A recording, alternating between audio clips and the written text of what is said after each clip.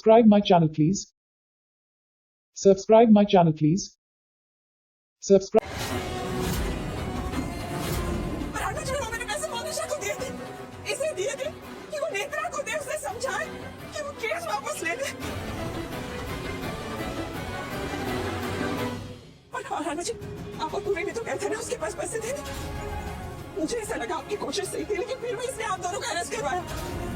तो मुझे ऐसा लगा कि इसे और पैसे चाहिए। मैंने फिर मोनिशा को पैसे दिए कि तो इसे समझाओ और पीछे छुड़वा ले बस। सब इतना भी बर्दाश्त कर रहे थे, बस मैं तो बस इसे पीछे छुड़वाना चाहती और कुछ। तो मुझे क्यों नहीं बताया? कैसे बताती? शर्म आ रही थी मुझे, किस मुंह से बता दिया आप सबको?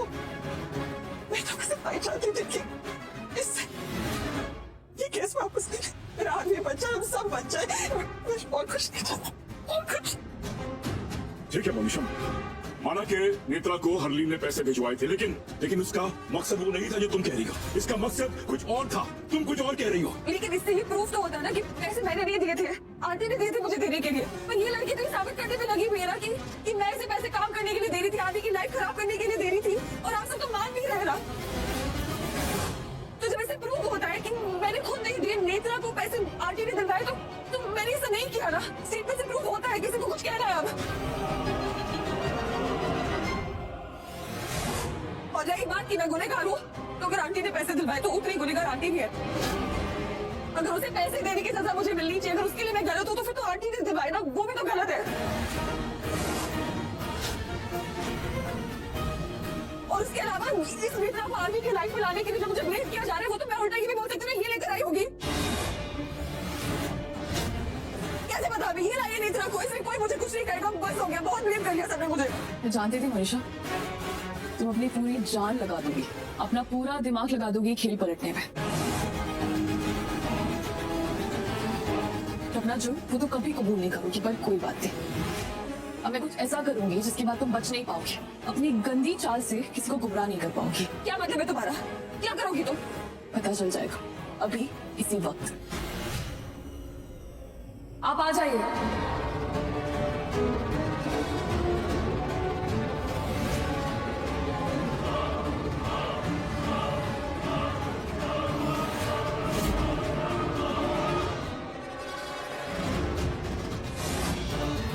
आज अगर मैं किसी मुसीबत में पड़ा ना, तो ये बात एक खत्म ना समझ लेना, मैं वापस आऊंगा। ये इसको तो मैं जानता हूँ, ये तो वही गुंडा है जिसने तुम्हारी माँ को मारने की कोशिश की थी।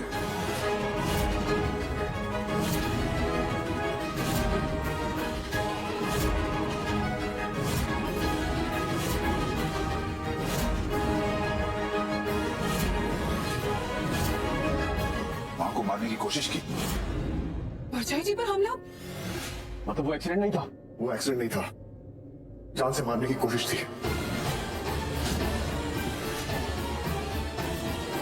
ये मैं क्या सुन रही हूँ? युग फोन करके पुलिस को अभी बोला और यहाँ बोला। हाँ दादू, मैं अभी फोन करता हूँ, ऐसी सजा दिलाऊंगा इसको कि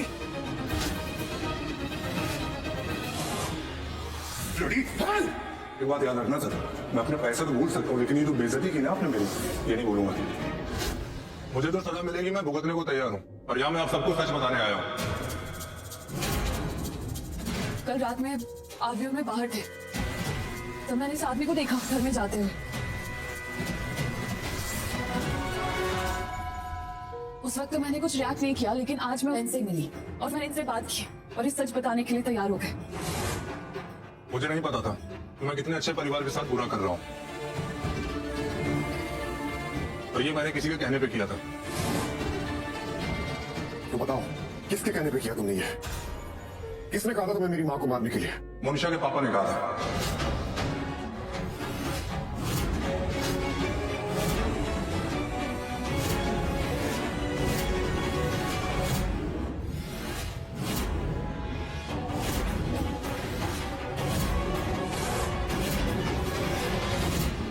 उनका मुझे फोन आया था, उन्होंने बोला था इनका एक्सीडेंट करने के लिए।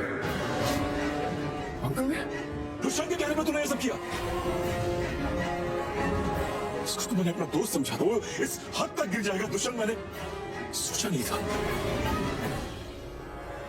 वो दुष्यंत ऐसा क्यों करेगा? और जाएगी कैसे? हाँ, उनकी क्या दुश्मनी हमारी परछाई जी के साथ? तो माँ को क्यों मारना चाहेंगे? ये तो ये मोनिशा बताएगी अभी। बोलो मोनिशा, जवाब दो, क्यों किया उसने ऐसा? मेरी कुछ समझ में नहीं आ रहा। सोच सोच कर घिन होती है कि बाप बेटी इतना नीचे गिर सकते हैं। छी! हमने तुम लोगों का क्या बिगाड़ा है मोनिशा? और हरलीन ने? हे दादी, ये एक्सीडेंट आप लोगों की वजह से नहीं हुआ है, मेरी वजह से हुआ है। मैं इस मनीषा के सच के बहुत करीब पहुंच चुकी थी, तो अपने ऊपर से ध्यान हटाने के लिए इसने आपका एक्सीडेंट करवाया।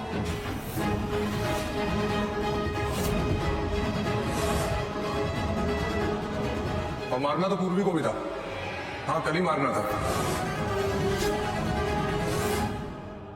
मैं कल भी आपके घर आया था पूर्वी को जान से मारने।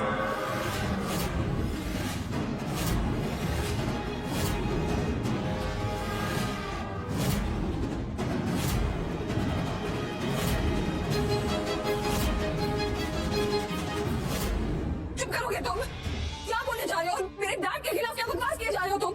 अगर आपको विश्वास नहीं है तो मेरा मैसेज देख सकते हैं। मोनिशा के पापा के मैसेज है मेरे फोन में। उन्होंने ये पूछा कि पूर्वी का काम हुआ कि नहीं हुआ, वो मरी कि नहीं मरी। ये लो, देख लो मेरा फोन।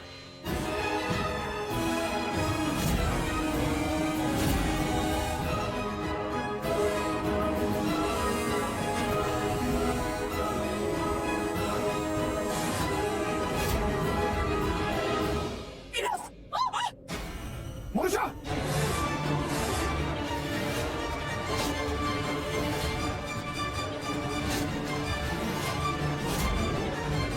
मोनिशा भाई!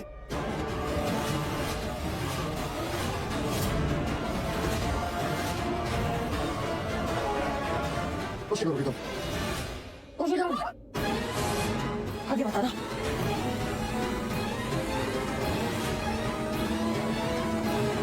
दूर वरना सब कुछ भी बोले जा रही है, ये कुछ भी बोले जा रही है, और सब क्या विश्वास नहीं कर रहे। मैं कब से बोल रही हूँ, कोई सुन रहा है? तो क्या करती मैं? क्या करूँ मैं जिससे मेरी बातें सुनी जाएगी? मोनिशा, तुम गलत कर रही हो, छोटे पूर्वी को। गलत? मैं गलत कर रही हूँ, और जो आप सब कर रहे हो उसका क्या? आप लोग भी गलत नहीं किया मेरे साथ? हाँ, क्या कुछ नहीं किया मैंने? मेरे डैड ने क्या कुछ नहीं किया? सब दिया तुम लोगों को जब तुम सब सड़क पे थे, कुछ भी नहीं था तुम्हारे पास। तो मैंने तो अपनी पूरी जिंदगी तुम्हारे नाम लिख दी थी। कितना प्यार किया तुमसे, आप सबसे कितना प्यार किया, कितनी इज्जत के बदले में मुझे क्या मिलना चाहिए था? मुझे भी प्यार और इज्जत मिलनी चाहिए, लेकिन मिला नहीं मिला। मुझे बदले में मिली इल्जाम, ये बेइज्जती मिली मुझे। तो मोनिशा, तुम्हारे साथ भी तो वही होगा ना जो तुम दूसरों के साथ करोगी। Just shut up! बिल्कुल चुप! कि जो तुम्हारी बोलने की हिम्मत हो गया है मेरे सामने, मेरी वजह से तुम्हें 2 वक्त की रोटी मिली है, उस वजह से तुम्हारी जुबान चल पा रही है। So just shut up! और प्लीज मोन, ये तमाशा बंद कर प्लीज। मैं बोल रही हूँ, छोड़ दे पूर्वी को please. This is going to be very very difficult for you. नहीं, आगे बता रहा। नहीं आ रही आगे। मोन, बस तू छोड़ दे उसे, तमाशा बंद कर प्लीज। मोन, बहन है ना तुम्हें। बहन मत बोल। कोई बहन मैं नहीं हूँ, तो ये नाटक में बंद करो। वास्तव में इस घर की बहू हो। बहन होती ना तो मेरा साथ देती, इन लोगों का साथ नहीं देती। क्या बोल रही है तू? नहीं, हिला मत। मैं कह रही हूँ, फिर मुझसे कुछ हो गया ना तो मुझे बोलना, मैं इनको संभालो। मोन प्लीज, तू होश में नहीं है, तू सेंसेस में नहीं है। प्लीज मोन, इसको छोड़ दे। बिल्कुल आगे बताना, मैं कह रही हूँ, मैं कुछ कर दूंगी। दूर। कुछ नहीं होना चाहिए। मुझसे बात करनी है ना तुम्हें? ठीक है, हम बात करते हैं। हम आराम से बैठ के बात करते हैं, अकेले में बात करते हैं। हम इसको छोड़ दो, ठीक है? हम बात करते हैं ना, छोड़ दो। नहीं, कुछ नहीं सुनना मुझे, और मुझे कुछ नहीं समझना। जितना तुम्हें बोलना था तुमने बोल लिया, जितना मुझे समझना था मैंने समझ लिया। बस हो गया। तुम्हारे इंतजार में बैठी रही ना मैं, तो बस अब वो होगा जो बहुत पहले हो जाना चाहिए था। तुम मुझसे शादी करोगे, सुन लो तुम।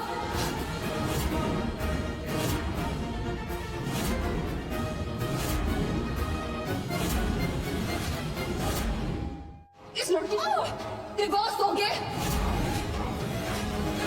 और मुझसे शादी करोगे, क्योंकि अभी तुमसे प्रेम तुम पर सिर्फ मेरा हक है। सुना तुमने? मोनिशा, मैंने कहा ना हम बात नहीं, ये वक्त नहीं है उसका। सिर्फ और सिर्फ शादी होगी, सुना तुमने? नहीं, नो नो।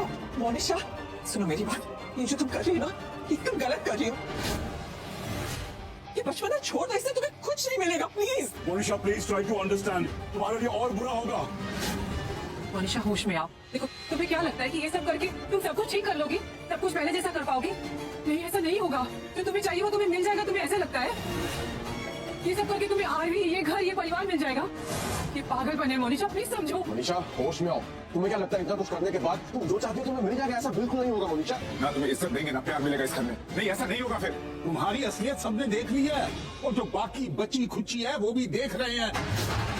अरे धमकी देकर तुम बदमाशों वाली हरकतें कर रही हो। फिर मैंने इसकी तरह करी हो तुम, चाकू पूरी पर रखकर तुम फोर्स करी हो ताकि तुम्हारी शादी आदमी के साथ हो सके। बहुत हो गया, छोड़ दे पूरी को। छोड़ दे पूर्वी को, वरना आज मैं अपना गुस्सा काबू में नहीं कर पाऊंगा। बस आगे बताना, वरना आज मेरा सारा लिहाज भूल जाऊंगी। अच्छा तो ठीक है, तो अब हमें भी तुम्हारा लिहाज नहीं है। अब जो होता है हो जाए। बताता हूँ मैं तुझे, रुक तेरे बाप को बुलाता हूँ। देखो मोनिशा, बेवकूफी मत करो, पीछे हटो। मोनिशा नहीं, मोनिशा हाथ दूर करो ना।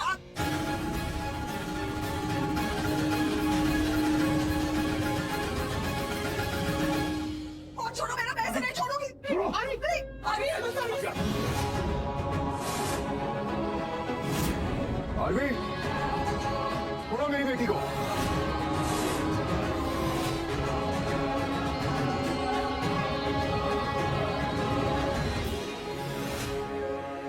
क्या चल रहा है ये सब?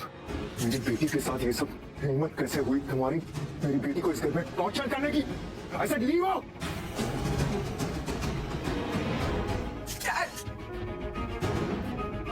डैड, ये सब लोग बदल गए डैड। कोई मेरा विश्वास ही नहीं कर रहे। सब उसकी बात सुन रहे, सब मुझे गलत बोल रहे, सब मुझे ब्लेम कर रहे। ये सब क्या है आरवी? और आप लोग क्यों खड़े होकर देख रहे हैं? क्या हो क्या गया आप लोगों को? जानते हो ना कि मैं कौन और मेरी बेटी मेरे लिए क्या है, जानते हो ना? उसके बावजूद ये सब, मेरी बेटी के साथ ये सब करने के लिए सबको सजा मिलेगी। किसी को नहीं छोड़ूंगा। ये मीडिया यहाँ क्यों और कैसे? किसने बुलाया इन्हें? You're right.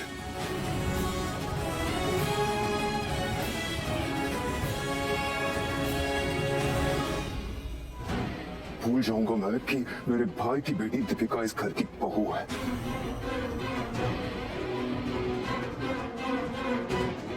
और आगे तुमने मेरी बेटी की गर्दन पर चाकू रखा, उसे मारना चाहते थे तुम। मोनिशा को मारना चाहते थे, दुष्यंत खन्ना की बेटी को मारना चाहते थे।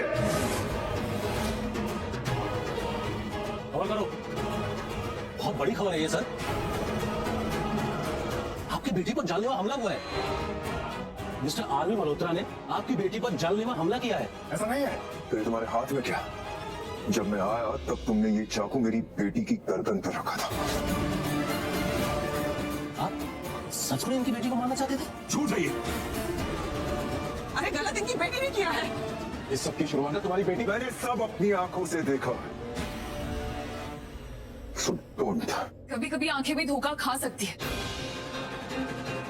और जरूरी नहीं है जो दिखा वो सच ही हो। मैडम, मिस्टर आरवी के हाथ में चाकू है। उससे क्या साबित होता है कि किसी को मारना चाहता है? आप लोग यहाँ किस लिए आए? क्यों आए? कैसे आ गए आप अंदर? और क्या लोग हैं आप? कुछ भी बोल देंगे, कुछ भी छाप देंगे। आपको सच पता है? आपने सच पता करने की कोशिश की? आरवी नहीं, इनकी बेटी मोनिशा ये मुझे मारना चाहती थी, इसने मेरे गले पे चाकू रखा था। और क्यों? क्योंकि आज इसका गुनाह साबित हो गया। इसने साजिश रची थी आरवी और मेरी पूरी फैमिली के खिलाफ। झूठ है ये। सच है।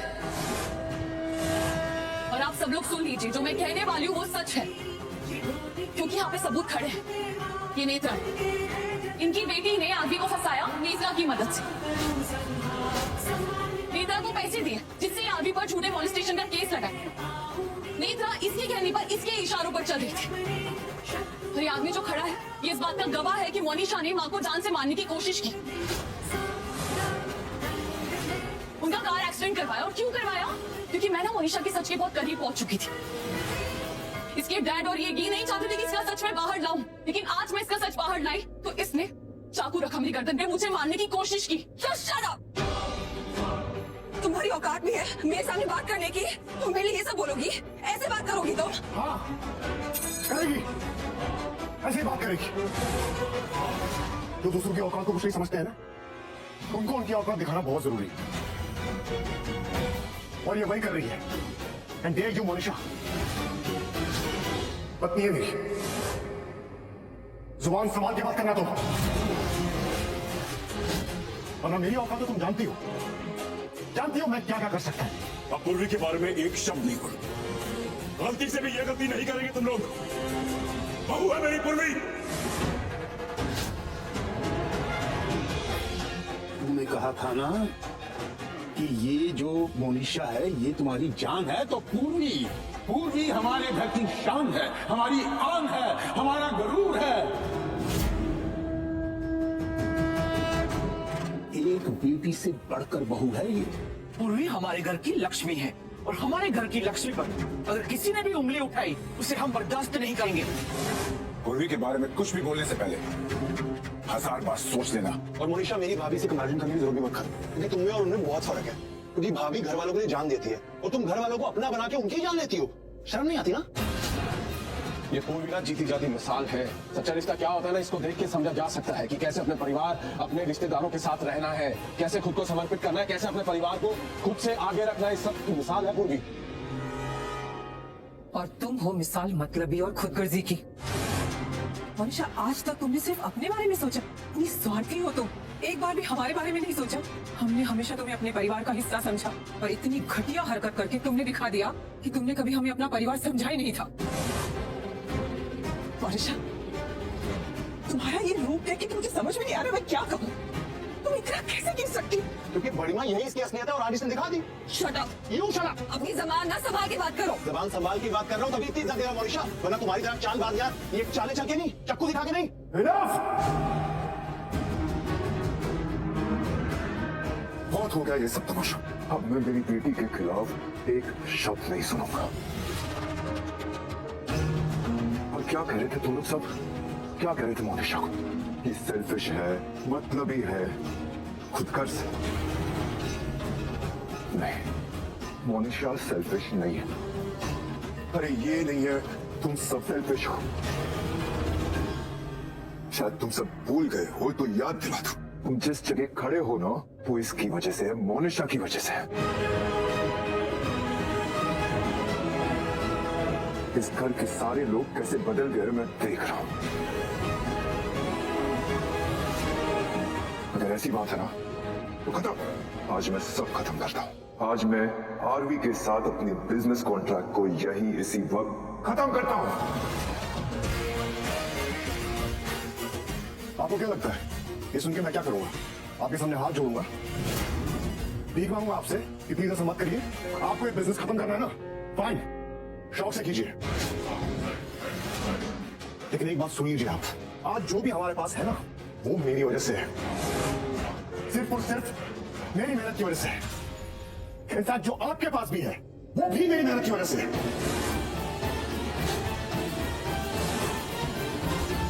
Subscribe my channel please. Subscribe my channel please. Subscribe.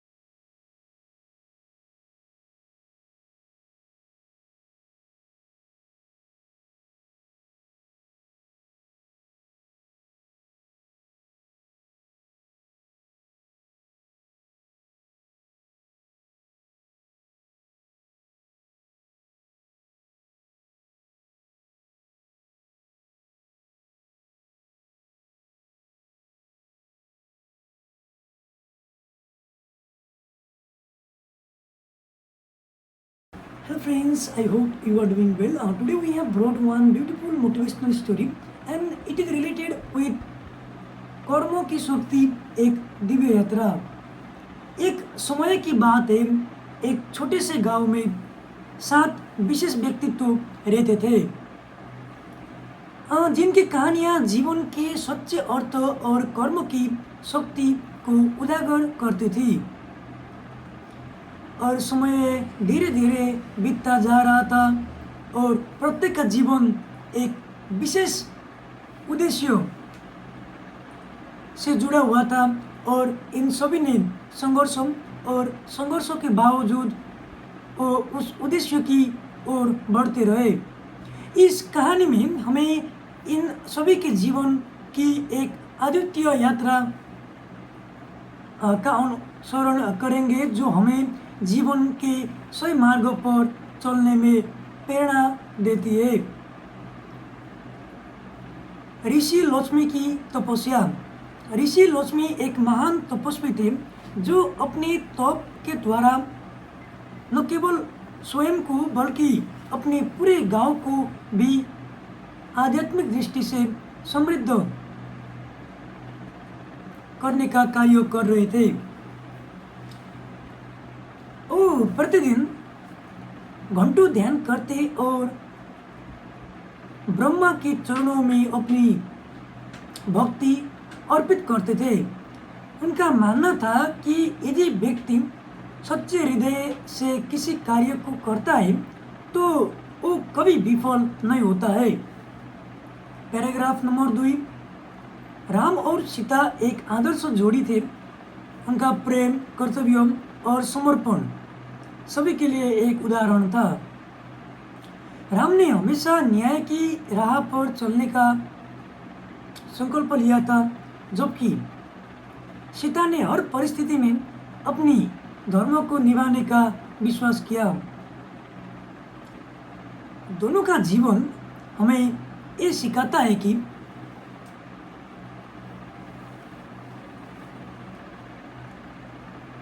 हमें कभी भी अपने कर्तव्यों से भागना नहीं चाहिए, चाहे परिस्थिति कैसे भी हो। नंबर 3। दिव्यम राधिका का मार्ग। दिव्यम राधिका का एक विदुषी और समर्पित नारी थी। वो अपने गांव की एक प्रमुख शिक्षिका थी और उन्होंने अपने जीवन में हमेशा सत्य और ज्ञान के प्रचार का कार्य किया। वो मानते थे कि ज्ञान सबसे बड़ा धन है और यदि व्यक्ति ज्ञान को प्राप्त कर ले तो उसे किसी भी प्रकार के भौतिक सुख की आवश्यकता नहीं रहती है। नंबर 4। नाहर और जूही का संघर्ष। नाहर और जूही 2 मित्र थे जो गांव के बाहरी इलाकों में रहते थे। दोनों ने बहुत कड़ी मेहनत की थी लेकिन फिर भी उनकी स्थिति में कोई सुधार नहीं आ रहा था। नाहर जहाँ एक धैर्यशील और ईमानदार व्यक्ति था, वही जूही कभी कभी निराश हो जाती थी और अपने भाग्य को दोष देती थी। लेकिन नाहर ने उसे हमेशा यही समझाया कि जीवन में सफलता और असफलता दोनों ही अस्थायी होते हैं। नंबर 5। पूर्वी और राजवीर का साहस। पूर्वी और राजवीर भी इस गांव के प्रमुख व्यक्तित्व थे। पूर्वी एक निडर और साहसी लड़की थी जबकि राजवीर ने अपनी पूरी जिंदगी गांव के लोगों को सेवाओं में लगा दिया था। दोनों के जीवन में एक विश्वास था और पूर्वी और राजवीर इस गांव के प्रमुख व्यक्ति थे। पूर्वी एक निडर और साहसी लड़की थी जबकि राजवीर ने अपनी पूरी जिंदगी गांव के लोगों की सेवाओं में लगा दी थी। दोनों के जीवन में एक विश्वास था। साहस और समर्पण के साथ जीवन जीने से कोई भी समस्या छोटी नहीं रहती है। नंबर 6। समूह की एकता। एक दिन गांव में एक बड़ा तूफान आया। सभी गांव वालों डर के मारे घरों में बंद हो गए थे, लेकिन ऋषि लक्ष्मी ने सभी को एकत्रित किया और कहा, हमारी एकता और संकल्प ही इन विपत्ति को पार करने का मार्ग है। राम और सीता ने अपने नेतृत्व को प्रयोग करते हुए सभी को शांत किया। दिव्यम राधिका ने उन्हें ज्ञान और मार्गदर्शन दिया कि इस संकट को समाधान क्या हो सकता है। साहस का उत्सव। नाहर और जूही ने साहस का परिचय देते हुए गांव के बाहरी क्षेत्रों से राहत सामग्री लाने का कार्य शुरू किया। पूर्वी और राजवीर ने अपने गांववासियों को प्रेरित किया और उनका मनोबल उच्च किया। ये सब मिलकर काम कर रहे थे क्योंकि वो जानते थे कि आपस में समर्थन और सहयोग के बिना वो किसी भी संकट से उबर नहीं पाएंगे। और समय बीतता गया और ऋषि लक्ष्मी का शिक्षा। ऋषि लक्ष्मी ने कहा, सच्चे धर्म का पालना केवल तपस्या से नहीं बल्कि अपने कार्यों के माध्यम से किया जाता है। जो व्यक्ति अपने कर्तव्यों का पालन ईमानदारी से करता है वो कभी भी असफल नहीं हो सकता है। इस शिक्षा ने गांव के प्रत्येक व्यक्ति को प्रेरित किया और उन्होंने अपने कर्मों में समर्पण की शक्ति का एहसास करवाया। राम सीता का आदर्श। राम और सीता ने सिद्ध कर दिया कि प्रेम और कर्तव्य दोनों का समन्वय करना संभव है।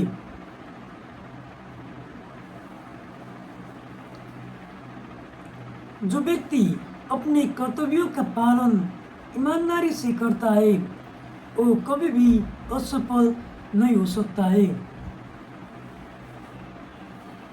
और इस शिक्षा ने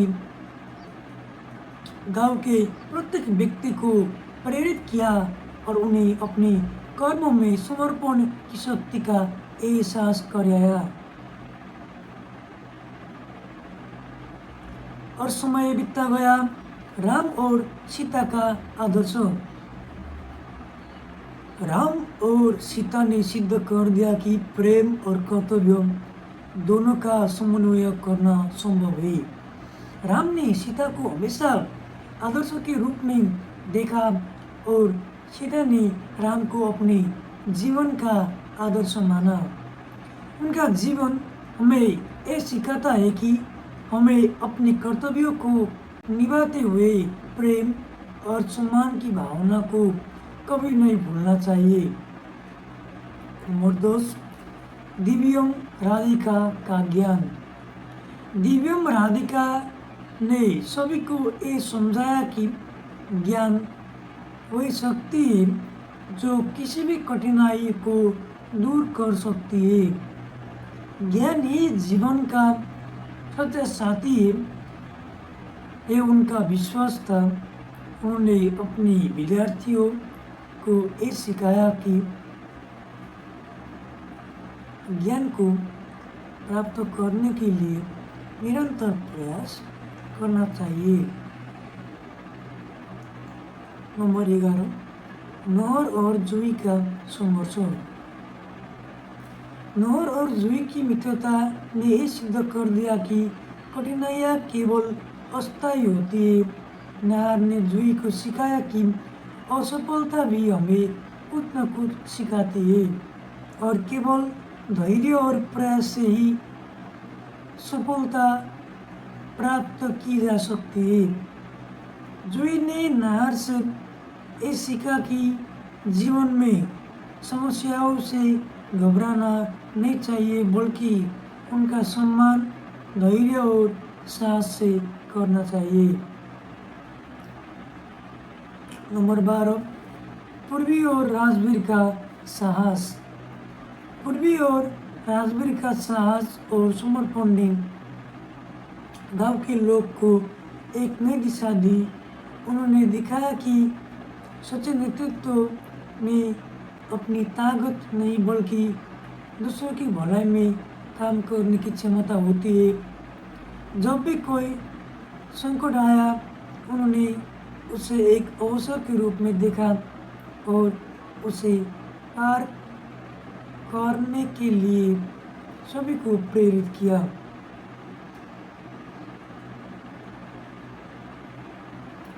तूफान थमने के बाद गांव के सभी लोग एकत्रित हुए और एक बड़ी सभा का आयोजन किया। सभी ने मिलकर अपने अनुभवों को साझा किया और एक निर्णय लिया कि गांव के विकास के लिए एक नई दिशा की आवश्यकता है। ऋषि लक्ष्मी ने कहा, हम सबकी एकता और समर्पण ही हमारे गांव की सबसे बड़ी ताकत है। कर्म की शक्ति। राम और सीता ने सिद्ध किया कि कर्म ही जीवन का एक सबसे बड़ा उद्देश्य है। जब आप अपनी जिम्मेदारी को सही तरीका से निभाते हैं तो भगवान भी आपकी सहायता करते हैं। दिव्यम राधिका ने ज्ञान की शक्ति को समझाया और नाहर और जूही ने संघर्षों के बीच धैर्य का महत्व बताया। पूर्वी और राजवीर ने हमें ये सिखाया कि साहस और समर्पण से कोई भी कठिनाई बड़ी नहीं होती है। समर्पण और अंतिम संदेश।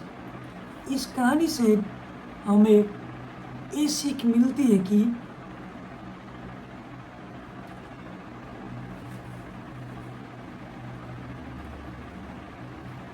जीवन में हर व्यक्ति का एक उद्देश्य है और अगर हम उस उद्देश्य के प्रति समर्पित रहते हैं तो कोई भी कठिनाई हमें डिंगा नहीं सकती।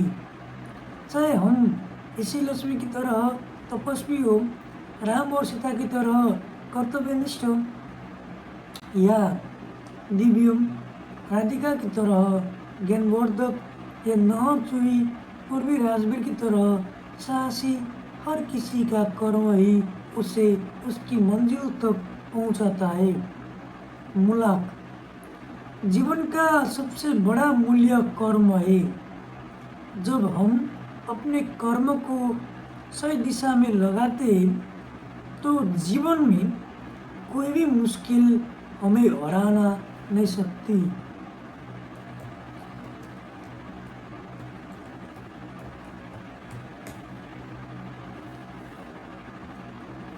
ममसूरम संकल्प और समर्पण।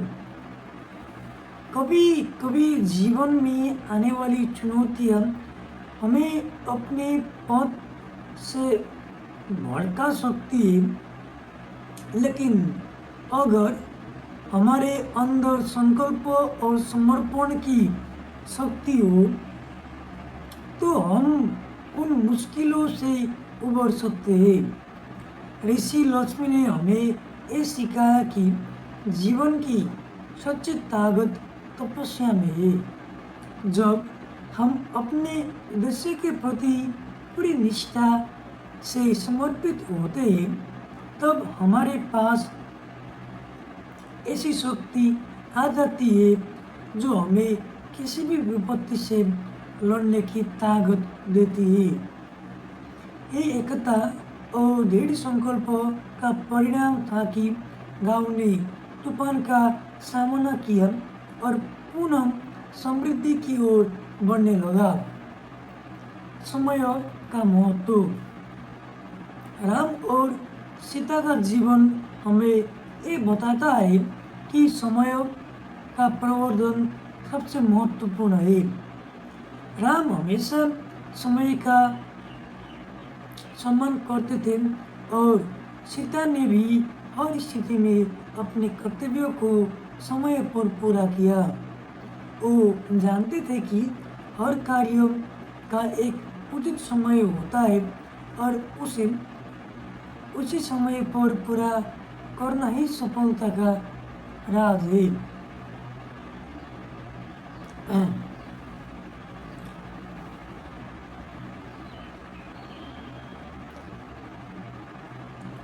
समय का सदुपयोग करने से ही हम अपने लक्ष्यों को प्राप्त कर सकते हैं। नंबर 18, ज्ञान का महत्व।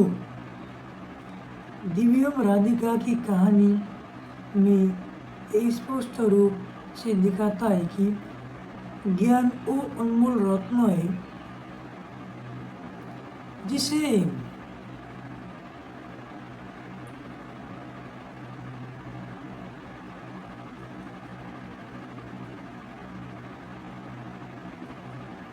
कभी खोया नहीं जा सकता है।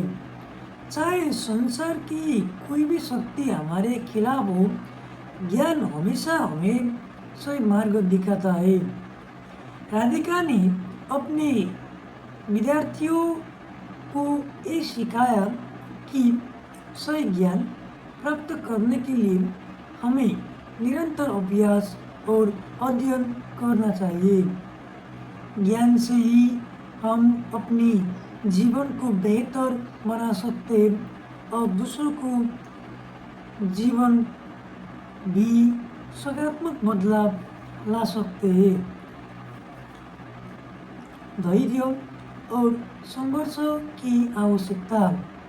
नाहर और जूही की दोस्ती का एक विशेष पहलू ये था कि उन्होंने हमेशा एक दूसरे को धैर्य और संघर्ष का महत्व समझाया। जूही जब भी हार मानने वाली होती है, नाहर उसे प्रेरित करता था।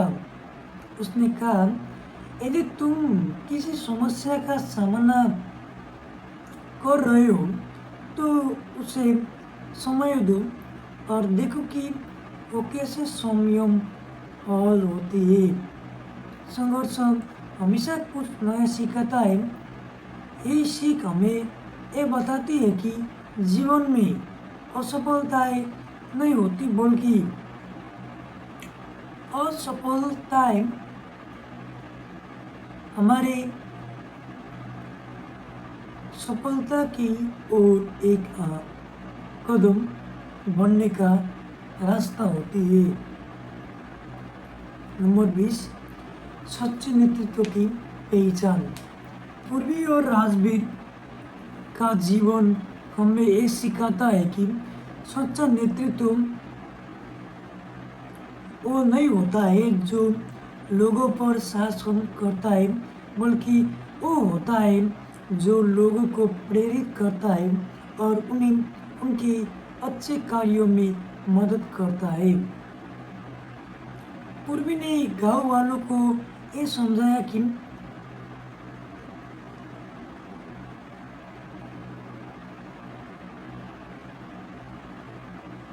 अगर हम सब एकजुट होकर काम करेंगे तो हम किसी भी कठिनाइयों को पार कर सकते हैं। राजवीर ने अपने कार्यों से ये सिद्ध किया कि सच्चे नेतृत्व में केवल अधिकार का नहीं बल्कि सेवा का भाव भी होना चाहिए। नंबर 21, मूल्य और नैतिकता। ऋषि लक्ष्मी और राम दोनों का जीवन मूल्य और नैतिकता से ओतप्रोत था। उन्होंने कभी भी कोई नई कार्य बिना सोच समझे नहीं किया। उन्होंने हमें ये सिखाया कि जीवन में सही निर्णय तभी लिया जा सकता है जब हम अपने मूल्य के प्रति ईमानदार हो। जब हम अपनी नैतिकता से समझौता नहीं करते तो हम किसी भी संकट से उबरने में सक्षम होते हैं। मूल्य और नैतिकता हो गया। पैराग्राफ 22, समूह का महत्व। किसी भी संघर्ष में अकेले सफल होना बहुत कठिन होता है, लेकिन एकजुट होकर संघर्ष करना आसान हो जाता है। राम और सीता, पूर्वी और राजवीर, नाहर और जूही सभी ने इस सिद्धांत को अपनी जिंदगी में सही तरीका से अपनाया। सबका विश्वास था कि हम सभी एक हैं और ये विश्वास ही उनके जीवन की सफलता का कारण था। कोई भी मुश्किल इतनी बड़ी नहीं होती है जिसे मिलकर हल न किया जा सके। नंबर 23, समय का सदुपयोग। राजवीर और पूर्वी दोनों ने अपने गांव वालों को ये समझाया कि समय का सदुपयोग करने से हम अपनी समस्याओं को जल्दी हल कर सकते हैं। समय का कोई मूल्य नहीं समझने वाले लोग अक्सर अपनी समस्याओं को बढ़ाते रहते हैं, लेकिन अगर हम समस्या का सही उपयोग करें तो हमारी हर समस्या का समाधान जल्द मिल सकता है। राजवीर ने कहा, हमारे पास समय जितना कम है उतना ही हमें सही दिशा में काम करना चाहिए। नंबर 24, शक्ति का स्रोत।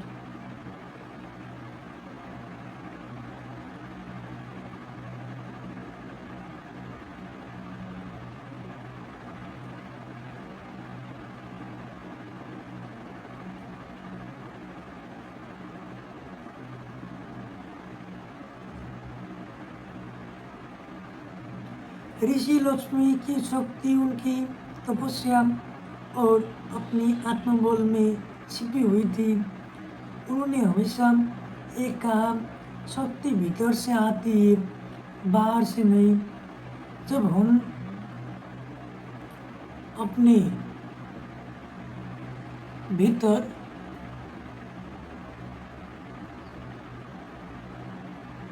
की शक्ति को पहचानते हैं तो हम किसी भी कठिनाई का सामना कर सकते हैं, सक्षम हो जाते हैं। ये सीख हमें ये बताती है कि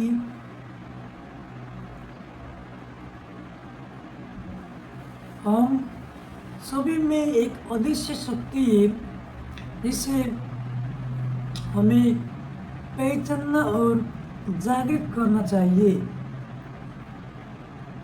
नंबर 25, कर्मों का फल। राम और सीता की जीवन यात्रा हमें ये सिखाती है कि कर्म का फल हमेशा मिलता है। चाहे हमारे कार्य अच्छे हो या बुरे, उनका परिणाम हमें निश्चित रूप से मिलता है। राम ने हमेशा अपने कर्मों को उचित तरीकों से किया और उन्हें उनका फल भी मिला। ये सिद्धांत तो हम सभी के लिए लागू होता है। अपने कार्यों में ईमानदारी और निष्ठा से लगे रहना चाहिए, क्योंकि अंत में अच्छा कर्म ही हमें श्रेष्ठ सफल प्रदान करता है। नंबर 26, धैर्य और संतुलन।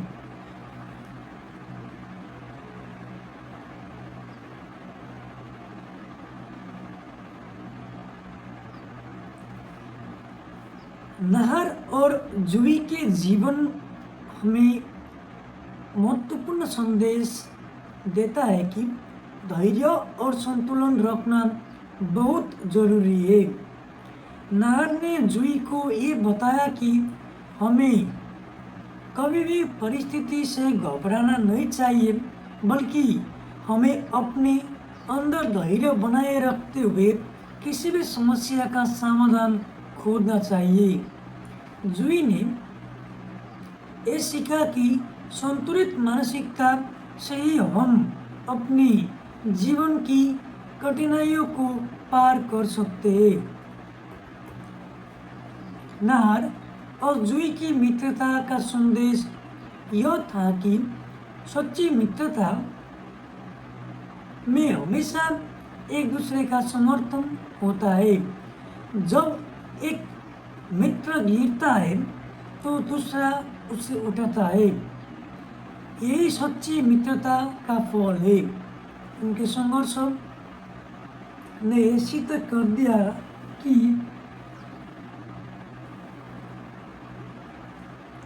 यदि हम एक दूसरे के साथ दें तो हम किसी भी मुश्किल से बाहर निकल सकते हैं।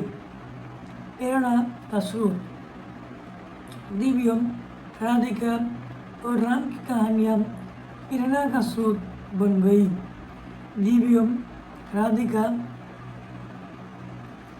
ने बताया कि हर किसी में असाधारण शक्ति होती है, बस हमें उसे पहचानने की जरूरत है।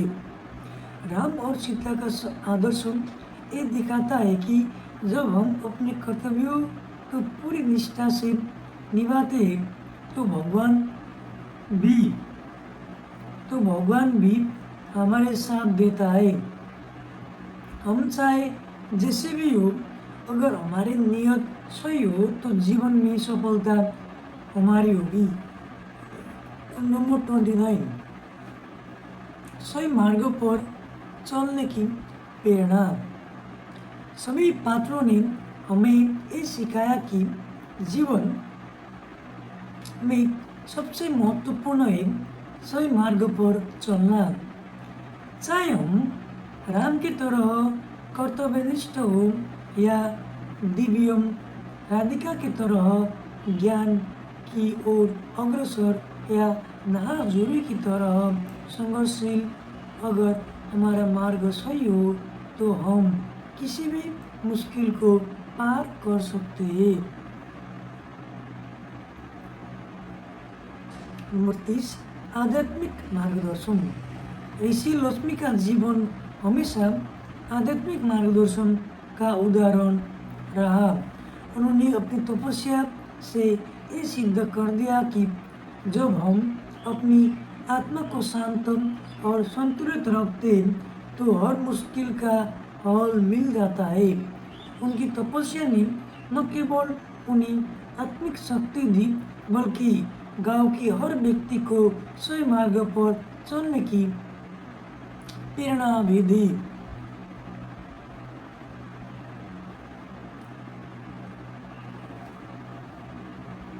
और समय बीतता गया, मूल्यवान समय। हर किसी को एहसास था कि समय की कीमत बहुत अधिक है। समय एक बार चला गया तो उसे वापस नहीं लाया जा सकता है। इसलिए सभी पात्रों ने अपने समय का सदुपयोग किया और इसे किसी भी व्यर्थ कार्य में नष्ट नहीं किया। यही कारण था कि उनके जीवन में सफलता और समृद्धि का हमेशा आगमन हुआ। नंबर 32, सकारात्मक दृष्टिकोण। राम और सीता की यात्रा यह सिखाती है कि जीवन में जो भी आक्षेप और विपत्तियां आती है उनका सामना एक सकारात्मक दृष्टिकोण से करना चाहिए। हमें कभी भी अपने लक्ष्यों के भटकना नहीं चाहिए, चाहे परिस्थिति जैसे भी हो। नंबर 33, सहयोग की शक्ति। पूर्वी और राजवीर ने यह साबित किया कि जब हम सहयोग की भावना से काम करते हैं तो हम किसी भी बड़ी से बड़ी मुश्किल को आसान बना सकते हैं। ये दो गांव वालों के लिए प्रेरणा बन गए और उनका विश्वास था कि एकता में शक्ति है। नंबर 34, सत्य की विजय। दिव्यम राधिका ने हमेशा सत्य और नैतिकता को प्राथमिकता दी। उनके जीवन में ये सिद्ध किया कि सत्य की राह पर चलना कभी भी कठिन नहीं होता है। सत्य हमें सही दिशा दिखाता है और किसी भी समस्या का समाधान हमें सत्य के मार्ग पर चलते हुए मिलता है। नंबर 35, विपरीत परिस्थितियों में भी उम्मीद। नाहर और जूही की मित्रता में एक विशेष बात थी कि विपरीत परिस्थितियों में भी एक दूसरे के साथ खड़े रहे, कभी हार नहीं माने।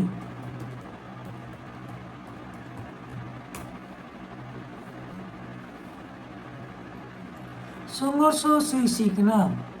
नाहर और जूही के जीवन से एक और महत्वपूर्ण शिक्षा हमें यह मिलता है कि संघर्ष हमें सिखाता है। जब जूही निराश हो जाती थी तो नाहर उसे ये समझाता था कि हर कठिनाई एक अवसर है और हमें उस अवसर से कुछ न कुछ सीखने की आवश्यकता होती है।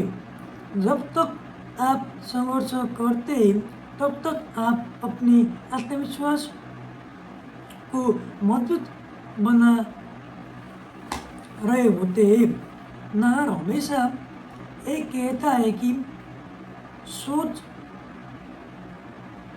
में उन्हें कभी हार मानने की बजाय उस स्थिति को कुछ नया सीखने की कोशिश की, जिससे उनका जीवन सफल हुआ।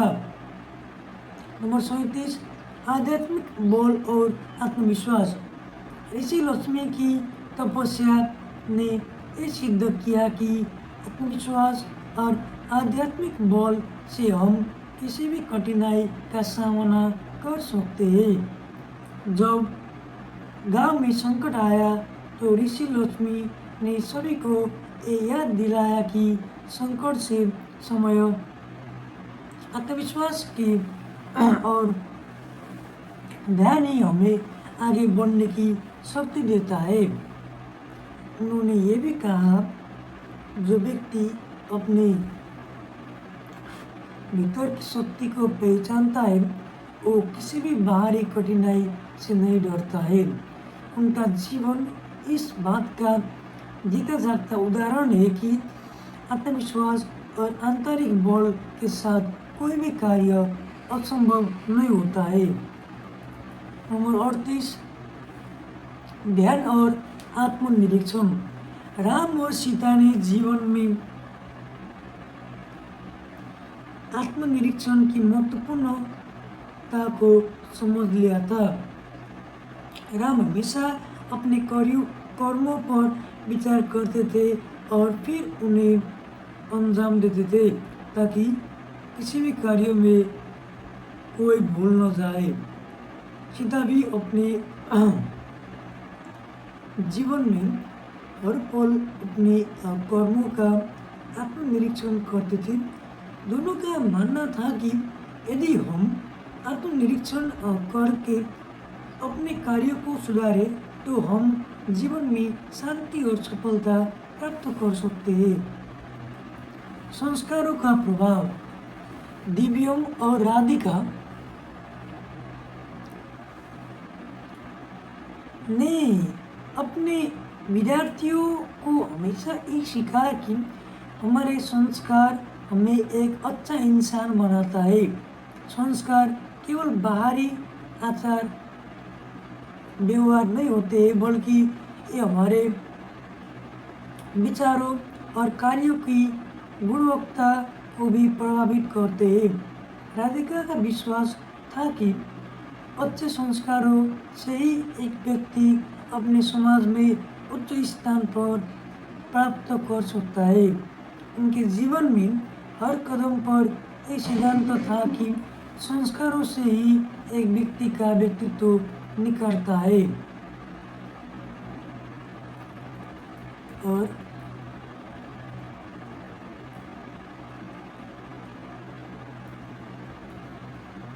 संघर्ष के बाद सफलता।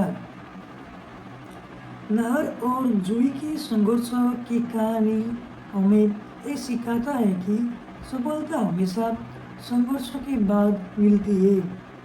उन्होंने जब भी अपनी समस्याओं का सामना किया तो उन्हें विश्वास था कि यदि वो सही दिशा में मेहनत करेंगे तो सफलता जरूर मिलेगी। यही कारण था कि उन्होंने अपने जीवन में हर चुनौती को अवसर के रूप में लिया और अंत में उनकी मेहनत को फल मिला।